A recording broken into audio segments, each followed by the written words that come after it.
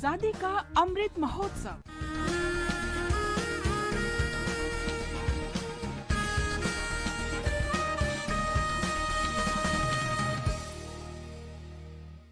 आजादी का सफर आकाशवाणी के संग। भारत का गौरवशाली स्वतंत्रता संग्राम आधुनिक विश्व के अब तक के सबसे बड़े संघर्षों में से एक है। आकाशवाणी समाचार लेकर आता है प्रतिदिन आपके लिए इसी संग्राम की एक झलक।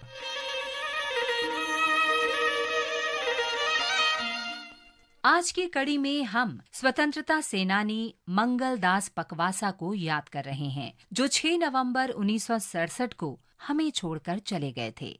स्वतंत्रता के बाद सामाजिक कार्यकर्ता और राजनेता के रूप में वो महात्मा गांधी के विश्वास पात्र थे और पहले 5 भारतीय राज्यपालों में से एक थे।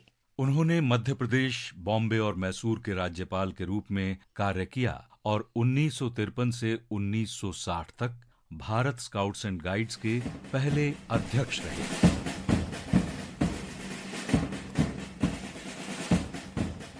मंगलदास पकवासा का जन्म 7 मई 1882 को मुंबई में हुआ था। उन्होंने 1903 में बॉम्बे विश्वविद्यालय से स्नातक की उपाधि प्राप्त की और हिंदू कानून में अर्नोल्ड छात्रवृत्ति पर कानून की पढ़ाई पूरी की। वो स्वतंत्रता संग्राम आंदोलन से जुड़े और सविनय अवज्ञा आंदोलन के दौरान दांडी मार्च में भाग लेने के लिए उन्होंने एक सफल वकील के रूप में अपने करियर को छोड़ दिया। उन्हें इस दौरान गिरफ्तार कर जेल में डाल दिया गया था। मंगलदास अखिल भारतीय ग्रामोद्योग संघ के एक प्रमुख सदस्य थे और उन्होंने इसके मानद कानूनी सलाहकार के तौर पर भी काम किया। भारत की स्वतंत्रता के बाद वो सामाजिक तथा राजनैतिक रूप से सक्रिय रहे और बॉम्बे विधान परिषद के सदस्य बने। 6 नवंबर 1968 को मंगलदास का निधन हो गया, लेकिन वे अंतिम समय तक भारत के नागरिकों तक पहुंचने के लिए प्रतिबद्ध रहे। हम इस महान गांधीवादी के राष्ट्रवादी उत्साह को सलाम करते हैं।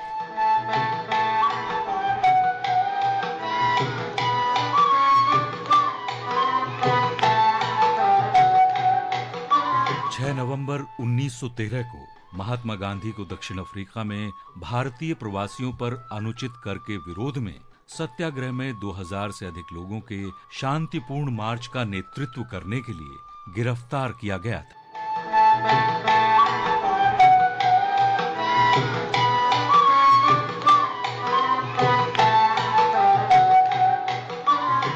जैसा कि कहा जाता है कि दक्षिण अफ्रीका में अन्याय के विरोध में भारतीयों का नेतृत्व करना गांधी जी के सीखने की अवस्था का हिस्सा था। उन्होंने दक्षिण अफ्रीका में अपने अनुभवों से भारतीय समुदाय की विविधता और भिन्न भिन्न धर्मों, जातियों या पंथों के बावजूद सभी लोगों को खुली छूट देने के महत्व को समझा।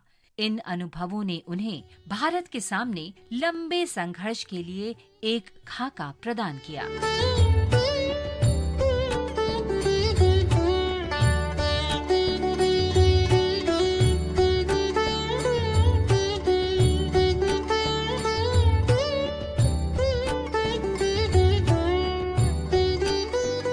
इस दौरान गांधी जी को एक बार नहीं बल्कि 3 बार गिरफ्तार किया गया। पहली बार उन्हें 6 नवंबर को गिरफ्तार किया गया, फिर अगले दिन गांधी जी के एक अच्छे दोस्त हरमन कॉलिनबैक द्वारा भुगतान की गई जमानत पर रिहा कर दिया गया। 8 तारीख को उन्हें फिर से गिरफ्तार कर लिया गया और उसी दिन रिहा कर दिया गया। लेकिन अगले ही दिन यानी 9 तारीख को एक बार फिर गिरफ्तार किया गया था उन्हें। पहले उन्हें 9 महीने की कैद की सजा सुनाई गई और बाद में इसे 12 महीने तक बढ़ा दिया गया। हालांकि उन्हें अप्रत्याशित रूप से 18 दिसंबर 1913 को रिहा कर दिया गया था।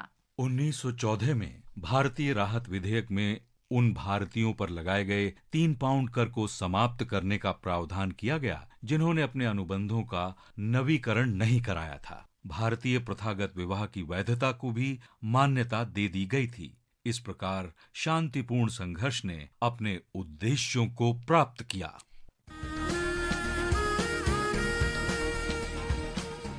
इसके साथ ही आजादी का सफर आकाशवाणी के संग श्रृंखला का ये अंक समाप्त हुआ। मिलते हैं कल अगली कड़ी में।